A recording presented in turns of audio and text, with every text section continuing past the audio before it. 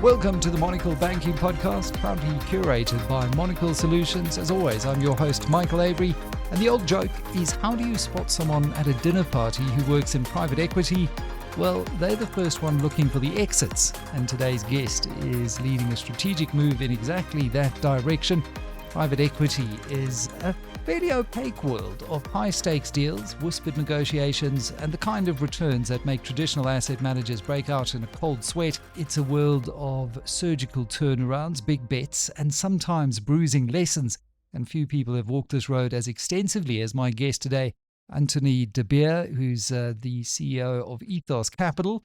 Ethos and then Ethos Capital has been at the center of private equity in South Africa since its inception through the late founder Andre Roux back in 1984, managing billions of rands in assets, orchestrating ambitious investments, and now, let's be honest, grappling with the intricate tap dance of asset disposals, a JSE exit strategy, and the ever-complex art of value creation amidst all of this. And of course, today we're going to get into the high-profile Brait deal, because what's a good private equity story without a little drama?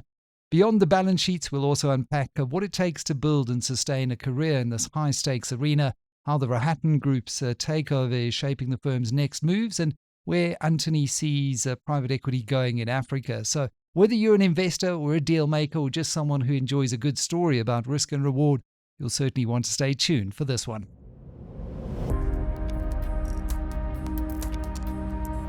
Anthonie, welcome to the show. It's really great to have you on the podcast. And I've got to take you all the way back to the beginning, because you began your career at PricewaterhouseCoopers, PwC. And you spent a couple of years in New York in the corporate value consulting division. And you then joined Ethos in the early 2000s, so just after the dot-com bubble had burst. And you've been with the firm ever since. What inspired you to make the jump from advisory into the world of investments back then? Thanks, Michael. Thank you for the discussion. So throughout the 90s, was very interested in the listed market and what was going on. If you recall, in that time, a lot of companies went to market, did some IPOs, and a lot of people were buying into those stocks, a lot of penny stocks on the market. And especially in 1996, 97, 98, there were a lot of interest in assets that were being taken to a market, and I was an active participant in trying to buy some of these exposures. I learned some very extremely valuable lessons in 1998, 99, 2000, when the markets completely tanked. You'll recall there was the Asian crisis and emerging market crisis, and then there was the dot-com boom and bust period. And over those periods, these penny stocks all turned into nothing, lost some, a lot of unrealized value at that point in time. And I decided that that area of the market was not for me. I wanted to be involved in the part of the business where you buy exposure, you live and die by the consequence of it, but then you work with those assets over a 5 to 7 year period as opposed to trading in and out of stock. So decided to shift the career into private equity, which is exactly that. You get involved with assets, you buy into them, you manage them over time for value, and then ultimately you crystallize value through the ultimate realization. And at the end of 2001, post 9/11, decided to leave the US. I had an opportunity to join Ethos beginning of 2002, and that's where I started my career. So the career really has been focused on being involved in private equity investments since then, which for me has been a fascinating career. Been very interesting to see what happened between 2002 and the financial crisis in 2008-9.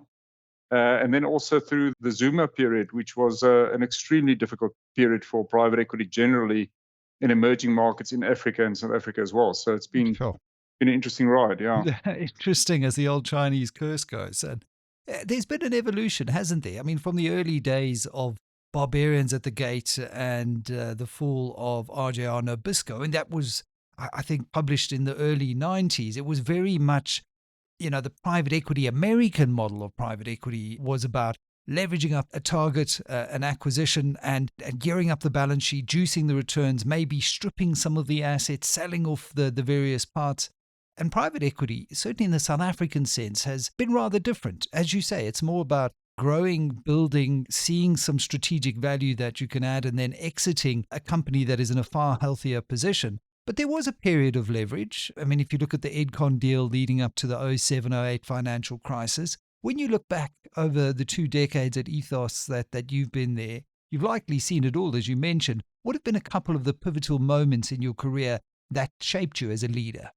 As a leader, I'll comment on that last, but I would say the interesting thing for me was post that .com boom and bust period and emerging markets being completely out of favor in 99, 2000, 2001.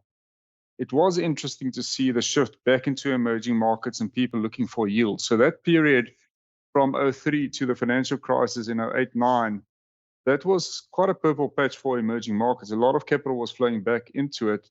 And a lot of interest then came from trade buyers into the broader portfolio, international trade buyers also wanting to acquire assets in emerging markets. I remember at that time we were also selling companies, Dunlop Tires International, which we sold to Indian tire manufacturers. We had a business in the facilities management and catering area where there was a lot of international interest in that asset as well. So all of a sudden you had people, the shift happening very quickly where people were saying, let's jump back into emerging markets, into Africa and into South Africa. And then that money flows out very quickly. So once you have another crisis, the financial crisis in '08, '09, that money then withdraws extremely quickly. And all of a sudden, exits are a lot more challenging. So I would say what I've seen over the last 2 decades is periods where these big shifts take place. They take place extremely quickly. And then the big capital flows. And that is when, in periods where you can do some very interesting transactions and drive some very interesting realizations. But it's fickle. The international capital is fickle. They don't stay for a very long time. And when there's another crisis, that capital can move away. And what we saw during the Zuma period and political uncertainty, in particular in South Africa and volatility, but also under delivery of growth in Africa, that a lot of the international capital has said, we make so much money out of North American private equity. Why would we go into the African market or in the South African market or other emerging markets outside of China for the moment? So the shift back into the US has put emerging market private equity under a lot of pressure in the second decade of my career, which meant you needed to scrap around a lot for opportunity, for value, and work 2 or 3 times as hard for the same result in the second decade. I think it's made us reflect very deeply on how much leverage can you use in companies. I think that you needed to be much more prudent, much more conservative. You mentioned the Edcon scenario. Edcon was done in the heyday, and it was just fundamentally overgeared at the time, to be honest. It was done in a period of time where it was okay. Everybody was using that amount of leverage, but I think it was fundamentally overgeared. And I think we've learned from around 2010 to the COVID crisis, just how prudently you need to gear balance sheets, otherwise you get yourself into trouble. I think that was then, just to make sure that we learned that lesson properly. We then hit the COVID crisis, and I think all the experiences we had in '08, '09 really positioned us extremely well to also manage these companies through the COVID crisis, where a lot of these businesses needed the financial support, needed liquidity support, needed emergency active management on a daily basis to make sure that they survived and ultimately thrived. So that was quite an interesting phase. And then I will say to you that we've seen interest coming back into the markets. I've in the Ethos Capital result, I mentioned that it's been a positive period for South Africa last year, and it's been a positive period for some African companies, which we've also sold last year. And I think that is a function of South Africa being in a slightly better place last year than it's been for a while, and we forget very quickly. If you roll yourself back to January last year, we were sitting with constant load shedding. Yeah. Day in, day out. We were sitting with massive political uncertainty as to where things were going to head. Now we're saying, well, we don't know whether the GNU is working or whether it's functioning right and all of that stuff. But January a year ago, we were sitting in a very, very challenging environment. And I think that post some stability coming into things like load shedding and some political stability, it's not perfect for sure. It's put us in a position where we could sell a lot of companies last year. So we made a number of disposals last year and very successful disposals. So and that just shows you people have got slightly more confidence to execute on larger M&A transactions, which I think is a big positive. It's a long way of saying, seeing a couple of things. There's always cycles when you're in difficult periods, look forward, things will change, and things always do change. Just stay the course, I recall chatting to Sean Zagnov about the Plumlink deal, and it was one Yes, that where the initial investment thesis changed because the macros fundamentally changed, and so you had to pivot the strategy, and ultimately did that successfully. I think you offloaded that to Bidvest, if I'm not mistaken. But exactly. these are the things about private equity that I think do attract people. Is that you're not an asset manager shifting capital around on a board. You are on the board of these companies. You are managing the stakeholders, the JAC investors, the board members, the teams at the various portfolio companies. What's the most challenging aspect of that, especially when tough decisions like asset sales or write-downs must be made? The toughest thing is to ensure that you don't let the emotion of the day, overcome any situation, and that you remain fairly calm through periods of uncertainty, periods of volatility, and that you keep making the best possible decisions that you can. And the reason why I say that it is there's always going to be volatility. There's always going to be things that come across your table which scares you. There might be situations with fellow shareholders or management members, or there might be situations with underlying businesses that creates uncertainty. And ultimately, we're in the business of making decisions and active decisions and making it with the best possible information and keep on making sound decisions, checking in with colleagues and investment committee partners that have got a lot of experience and that can also ensure that the individual, it's not just up to the individual to make these tough decisions, but it's up to the collective to make sound, solid decisions. So don't panic, trust your judgment, but check in with your colleagues and make sure that the judgment calls are sound. And to the extent you make these calls and over a period of time that don't work out, one of the most important things about decision making is to make the next decision. And the next decision, sometimes you have to make as well and acknowledge that you might have made a mistake at a point in time and then correct that mistake. So active decision making the whole time with the best possible information at hand, checking in with experienced people is what I would say is our job. It's the fundamental thing we sort of hold on to. Coming back to the operating environment in South Africa now, and as you say, things are cyclical. Things have been much better over the last 12 months, certainly from a load shedding perspective. We've seen reform initiatives like Operation Vulindlela crowd in a lot of private sector investment in energy. If you look at the NERSA registration, I think we've added more than the combined nameplate capacity of Medupi and Kusile combined. That's not all on the grid yet. A lot of it is still being built. But it just shows you what the private sector can do when it's unshackled. Equally with Transnet, the network statement is a lot more palatable than the first failed bid to get third-party access onto our aged rail track. So we are moving in the right direction. Obviously, there's a lot of noise around the budget recently and the GNU, as you mentioned. South African assets, though, are still, by international standards and emerging market standards, comparatively cheap, aren't they? But where do you see the opportunity? Yeah, absolutely. I think there's a lot of opportunity now because there's a lack of capital chasing the opportunity. So I mentioned earlier that a lot of the foreign capital that used to play in the emerging market private equity and the African private equity is not there at the moment. So you've got the DFIs competing, you've got the local banks competing, the South African banks competing for assets, and some private equity players here.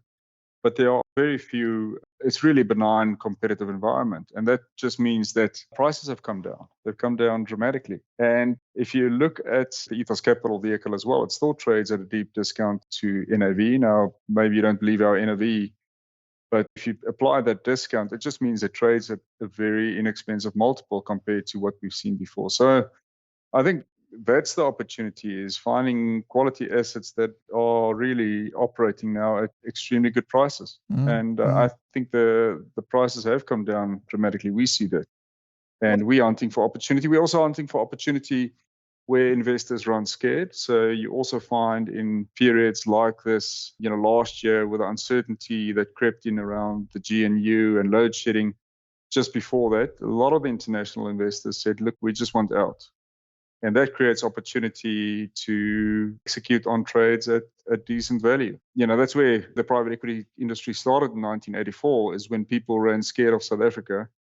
And that created an opportunity for Andre Roux. You spoke about the late Andre Roux, who then jumped on it and then bought those international investors' interest at deep discounts. So Yeah. good value opportunities because prices have come down and there's a lack of capital. So access to capital now is the critical thing. Finding people that will back you with money so that you can go and do deals, that's the big challenge for the industry at the moment in South Africa, to be honest. Well, let's unpack that challenge a little bit because you mentioned earlier it has been difficult, I just think, as a general emerging market story to try and attract capital away from markets like the US, where returns, there's been US exceptionalism for so long now, have been so much higher. You've got the currency risk and volatility you've got to manage and sell to those limited partners as you hit the ground and go and raise that next fund. What is the most difficult thing about fundraising in an environment where, as you just described, we do have a good story to tell?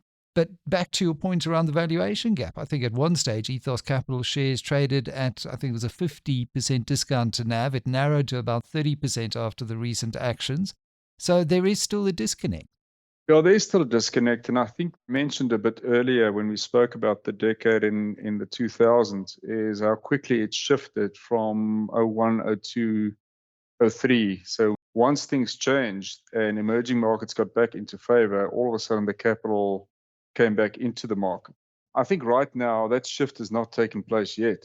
And that shift will come at some stage. But what you typically find, or what I've seen in my experience, is find that the high net worths see opportunity first. They're more opportunistic and are prepared to be very aggressive with their investment style. So they start deploying capital or start providing capital for deals. Second, you find that the banks are more open to try and look for equity transactions because I think they can see the opportunities. They see that their lending books are not necessarily growing. The risk associated with the lending books are okay. So you then find the banks start shifting into the equity space. And then thirdly, I think you find that the pension funds then start coming back. So if you talk to those three buckets of investors, I think the high net worths are actively looking for transactions at the moment. And we continue to actively engage with them for deals so they can sniff the opportunities and they go after it. I think the banks are interested in looking at interesting deals priced at the right level with the right risk. So they're actively looking at equity transactions. I think the pension fund capital will come. I think you don't want to commit to private equity funds. It's typically 10-year funds or 5 to 10-year funds. So it's long-term capital, and you don't want to provide that capital unless you have more certainty. But I think that certainty starts coming back into the market, and then things shift pretty quickly. And then they're looking for managers that can manage that capital. I think your one challenge is returns and track record. So when you look at it over the last decade, it's been very challenging, and you can't get away from the challenging decade. You can't wish it away. You can explain what you did, you can explain the actions you've taken, but in a zero growth GDP environment, incredibly hard to generate returns, especially if prices come down, and on exits you can't achieve the right exit multiple. So I think track record is always going to be difficult when you raise long-term capital now, but the opportunistic investors are certainly back in the market saying, we understand what you're doing. We back you guys and go to find some nice deals for us so we can make some money out of them. And that's the phase we're in right now. And I think that segues quite nicely into what you announced at the recent results, these plans to convert roughly a third of Ethos Capital's 2.2 billion rand portfolio to cash over the next 6 to 18 months. And Ethos Capital was a very innovative structure at the time. It was a structure to list private equity investment holding company effectively to give retail investors an access to an asset class that was very often just restricted to, as you say, high net worths, big institutions, pension funds, and asset managers as LPs into a fund. Firstly, if you look back on that period, would you say that after several years as a listed vehicle, the model delivered on its promise? And then secondly, take me through that strategy. Are you aiming to return the capital to shareholders, gear down, reposition the portfolio, and look at future opportunities? Just walk us through the strategic thinking. I think if you roll back and you look at when we launched the vehicle, that was shortly after Nenegate took place. So you remember Nene was fired, Van Rooyen came in, Van Rooyen was fired over the weekend. Special. A weekend special. There was a lot of turmoil going on, and we came back January. My colleagues and I, led by Peter Hayward Butt, who then became the CEO of that listed vehicle, and we said Our judgment call was that it was going to be incredibly difficult to raise capital from the international investors for a period of time until such time. So I think that call was absolutely right.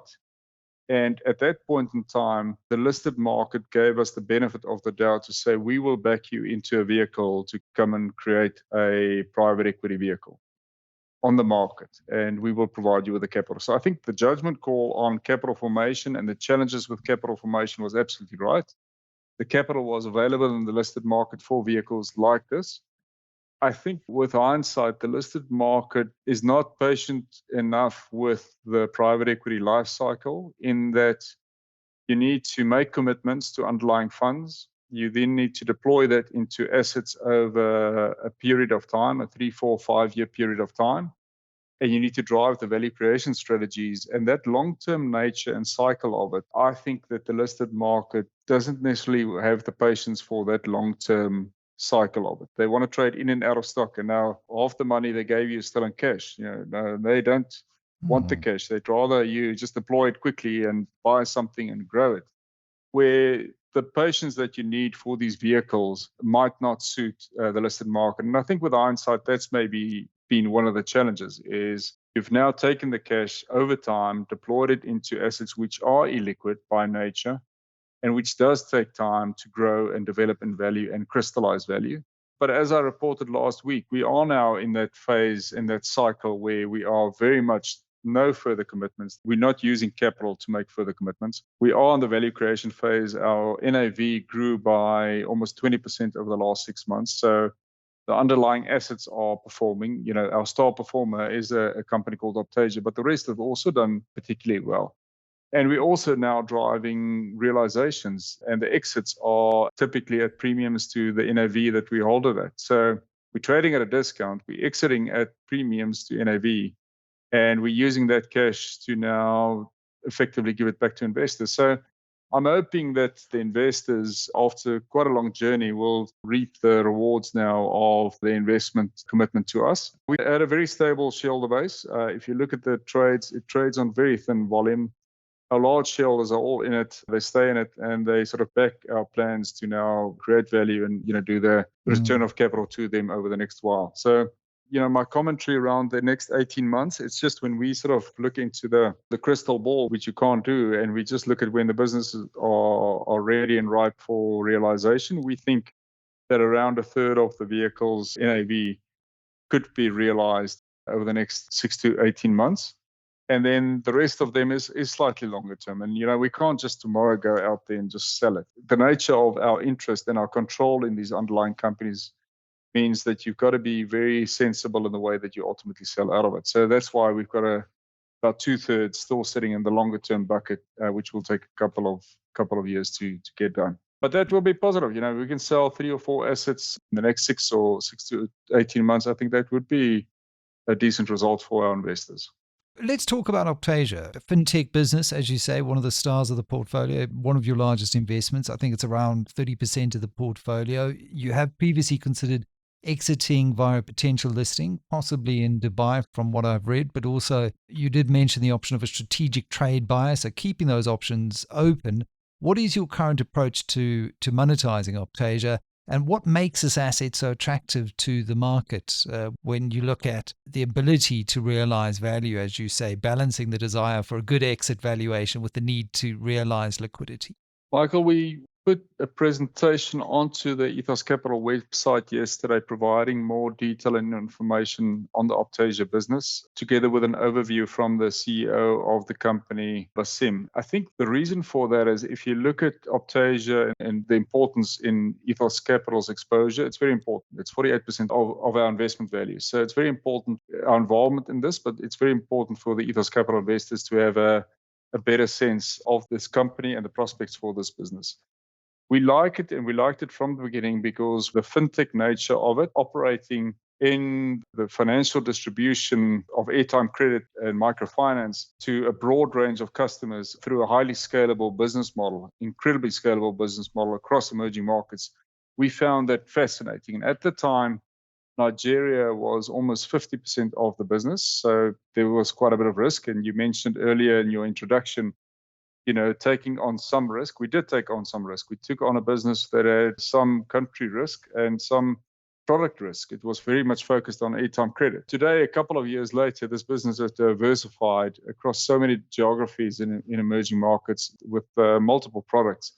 And it's growing fast because it's delivering a product that meets the demand of the market, and it does that in an incredibly efficient way through the cell phone. The customer base accesses the cell phone, and we've got the algorithmic decision making sitting in the background that actually does the assessment of the customer and the risk associated with it. So a highly attractive business. There wasn't a lot out on this company before in the market, and that's what, unfortunately, as private equity, you got to build up this business over time also, and at the right point in time, give broader exposure to the market of what the asset is and what sits in it, which we've now done. We're excited about it. We're excited about what the company is doing, where it's headed. It's run by a phenomenal management team, which we've got a lot of respect for. And ultimately, the exit for this company will...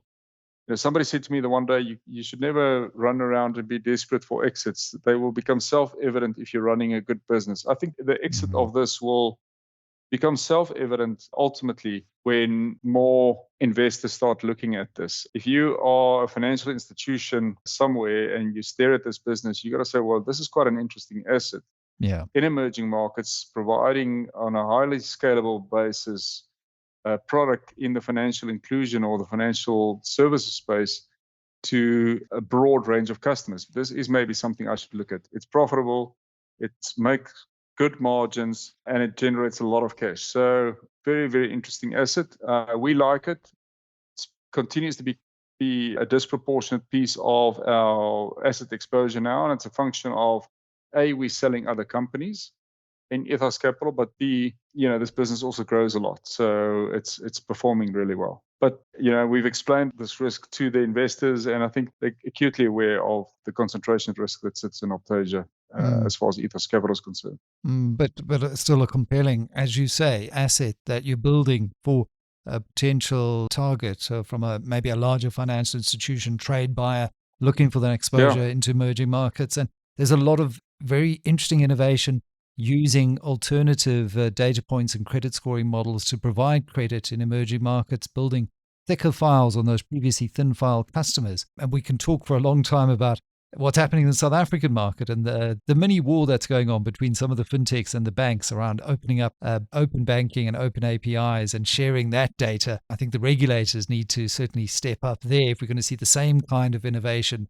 that has led to the developments of the Revoluts of this world, for example. And it really would be encouraging for broader financial inclusion. But I want to come back to Brait. And you mentioned, you can't look into crystal balls, and I agree with you. Ray Dalio liked to say, if you live your life by the crystal ball, you'll end up eating broken glass. But you can certainly reflect on often deals that were difficult, and you learn a lot from them. And you made a very high-profile investment in Brait, the other big private equity fund at the time, and even participating in Brait's recapitalization alongside your Fund 7, I think it was.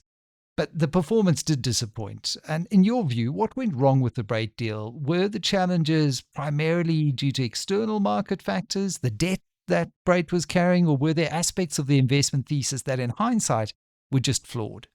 I think if you can say, what did we get wrong? We got our timing completely wrong. We closed that deal effectively a month before COVID hit. So what seemed like a very good idea, buying into a business at a deep discount to NAV, which is what we did at the time, then turned into a very challenging investment because COVID hit and then shut down the doors of Virgin Active for quite a long period of time. So when you backed your thesis on a business which was fairly robust and a very attractive business in that Brait portfolio at the time, and we didn't see the COVID thing coming. I mean, nobody saw the COVID thing coming, and we closed on that deal just before COVID. We then needed to roll up our sleeves and resolve the challenges, which was a business that makes no revenue, but it's got costs to cover. It's got rent to pay. It needs to employ people. You don't know whether you're going to be open in a month's time or in 2 months' time or in 6 months' time. You don't know whether you got to be partially open and how many people can access your gym. So I think the thesis was sound at the time, buying into Brait at a very deep discount and supporting the Brait shareholders in unlocking that discount to NAV. I think what then happened was we needed to roll up our sleeves and change our game plan completely, from extracting value quickly out of unlocking the discount to NAV into rolling up your sleeves and fixing and rescuing a business, which in our view ultimately will be a phenomenal business down the line. I think we've made a huge amount of progress on Virgin Active over the last couple of years with the backing of Christa Visa and Titan and the fellow shareholders in Virgin Active. The Brait shareholders have been extremely supportive. We've been able to restructure not just Virgin Active, but also Brait a couple of times, with a lot of stakeholders actually supporting the journey that we're on. I think the job that was done by Premier Foods and the management of Premier Foods has been phenomenal. I think taking that business back to the market and crystallizing value for Brait there was a big positive. And now we're in the final throes of the journey on Brait. So ultimately, I think that if you stand back and you look at the journey since we got involved the month before COVID, I think the team has done an outstanding job, from our side, led by Peter Hayward-Butt, who's done a phenomenal job navigating an environment which we certainly didn't predict in our investment thesis. So what lessons learned? We didn't see that black swan coming, to be honest. I mean, I don't think anybody saw the black swan coming, and our timing couldn't have been more wrong. But ultimately, I think we really did roll up our sleeves and try and fix as much as we could. Much like with the Eggpond deal as well, the biggest in the local private equity scene at the time, lots of leverage, but just before the global financial crisis, which very few saw coming as well. Sometimes the best laid plans. I know there was at the time a lot written in the press and scrutiny over the substantial fees paid to investment managers, but I see that in the most recent announcement, Brait announced last year that it would reduce the annual advisory fee paid to the Rohatyn Group from 65 million to 50 million rand for the 2025 financial year. Talk to me about the Rohatyn Group, though, which acquired Ethos Private Equity in April of 23. So brings the team under a global asset manager with about, $8 billion in AUM? I stand under correction there. Obviously a broad emerging markets footprint. How has this influenced Ethos Capital's strategy and operations? Are you seeing benefits with access to a wider investor network or maybe new co-investment opportunities or enhanced processes and governance from being part of TRG? I think all of those things that you mentioned, we're seeing and experiencing. TRG and the founder there, Nick Rohatyn, they are just incredibly experienced across emerging markets and across these cycles that we touched on earlier. They've operated also extensively across markets and cycles. And therefore, their perspectives and their views on where we are in cycles and how cycles turn and behave is fascinating to watch, and it's really interesting to be part of it. I think that their experience also in these cycles of capital formation and when capital flows and the interplay between developed markets and emerging markets is also very interesting. And I think they are able to connect a network with capital providers on a global stage just to a significantly better extent than we've been able to do so in the past. The truth of it still is that the capital will flow where the opportunity is best. And at the moment, emerging market is under some pressure. We've had a lot of success in capital formation in forestry and agriculture. We've got a fantastic product in that area. We are working with our broader fundraising group on very interesting fund vehicles for emerging markets, trying to cover the risk associated with being only in equity or only in debt or only in certain geographies at points in time. So there's interesting products that are coming out there. And that's all part of the innovation that comes out of the TRG group. The interplay between TRG and Ethos Capital, I think that clearly we are working hard on doing the best possible job we can for the listed market to unlock this discount to NAV and make sure that we provide the listed market with their capital and the returns that they want out of this vehicle.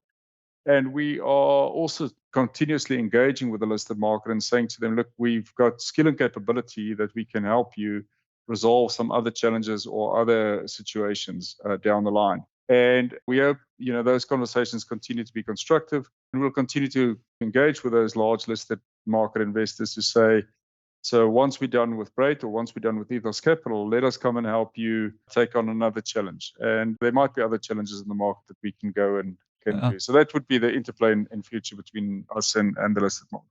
No doubt there will be. Well, if there's one takeaway from today's conversation, it's this, that private equity is as much about timing and discipline as it is about ambition and opportunity. From Ethos Capital's strategic exits to its delicate balancing act with Optasia, the evolving realities of African private markets, there's no shortage of complexity in this business.